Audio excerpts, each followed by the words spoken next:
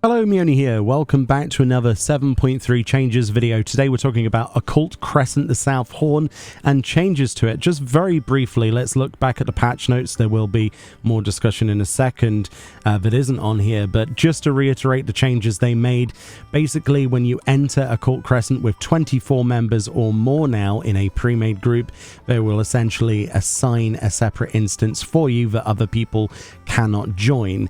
Once the Alliance completes its entry into the tower, or 10 minutes have passed since you've entered, the weather will clear of the auroral images and the instance will no longer be considered occupied, which allows other people in.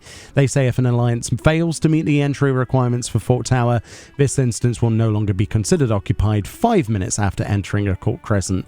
This is a way of making it so that people can't troll the runs and people can actually have assigned pre-made groups for the content, which is something a lot of people wanted from the start. Additionally, they say the minimum number of players that must offer sanguine ciphers to actually offer up to enter Fort Tower Blood has been increased from 16 to 24 players, and there's a new window, as you can see here, that demonstrates the sanguine ciphers, and it will show you information detailed on the number of players who have secured entry and those who have yet to seek entry, which is a really nice heads-up display change. They say only players who have used the sanguine cipher will be eligible now for selection to enter Fort Tower Blood.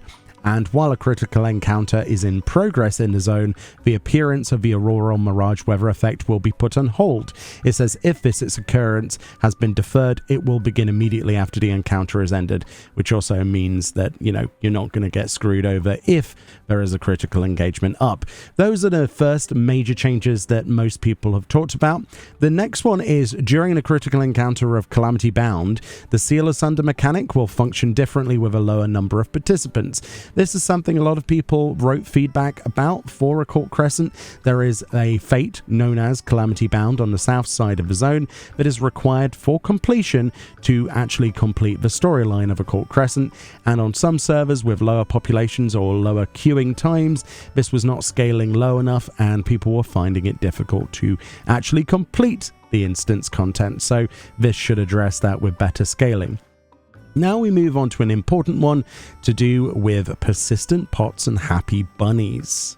A really big change then is in 7.3 persistent pots were changed. There has been quite a significant buff to them by adding both silver and gold pieces to the chest that you can get as part of completing the magic pot minigame, which you can get from gold contribution on the persistent pot fates within the South Horn. There's one in the north and there's one in the south. Pots were honestly becoming quite a chore and not really worth doing as much as they were back in Eureka days with the Happy Bunnies for comparison, which held much more lucrative exclusive rewards such as the Shiver emote, etc. Whereas much of the loot table on the persistent pot chests were shared with other treasure coffers in the zone, so less people were doing them.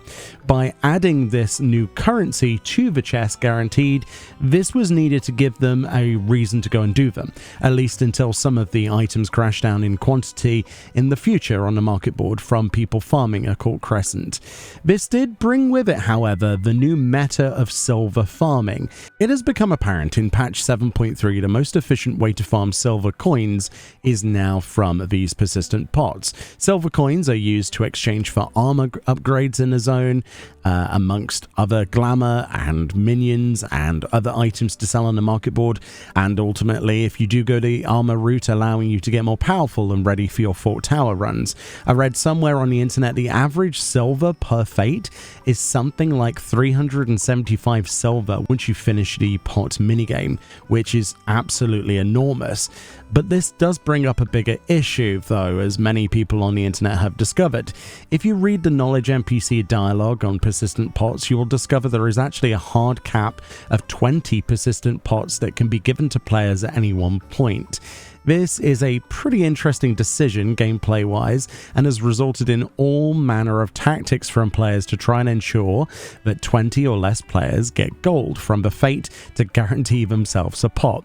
This includes lesser and more promoted things such as optimizing your rotation and optimizing which abilities you use from the Phantom Job system, and the less promoted thing such as resetting fates, and I'm sure it goes on even further.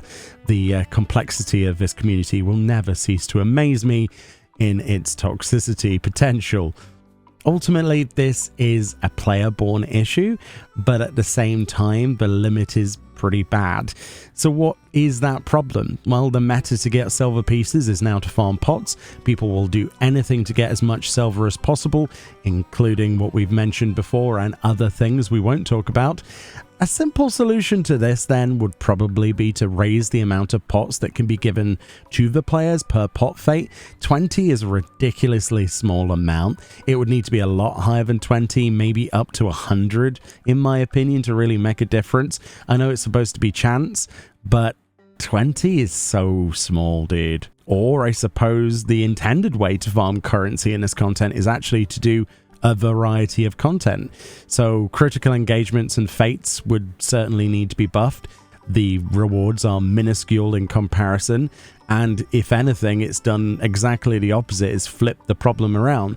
Before, pots were not really worth doing for people who had progressed enough, and now pots are more important than critical engagements and fates. So there's a lot more players doing them and less getting rewarded, and more toxic behavior coming out of it.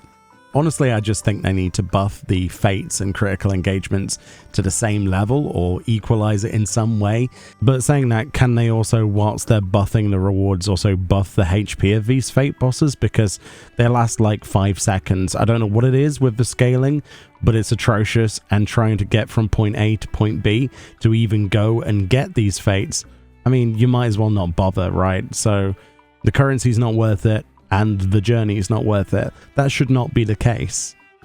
It's a kind of no-win situation because the pots needed to be buffed. There needed to be something to go and farm, but it's had a weird effect on the player base. It's also worth noting they did the same thing with the happy bunnies as well. So if you get yourself a fortune carrot and use it on a carrot, the same thing applies to these chests. You'll get both gold and silver currency from these now, as you can see, and quite a lot more. 1,600 gold pieces and 1,000 silver.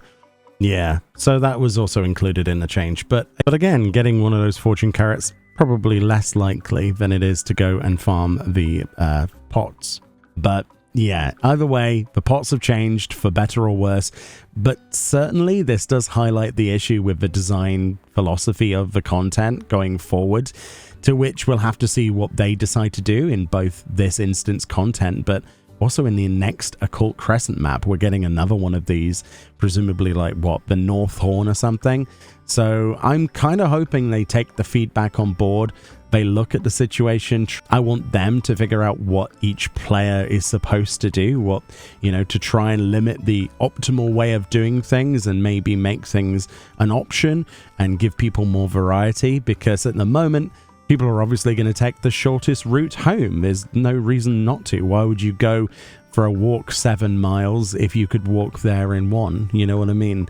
Anyway, let me know what you think about the 7.3 changes. Majoritively, the patch is incredibly positive in regards to Fort Tower, being able to secure spots, make pre-made groups, have less people troll those groups. That's a good thing overall. If we've learned anything from Eureka, and especially High Dartos, is that, you know, more measures in place in the actual game to prevent people from messing up runs, the better.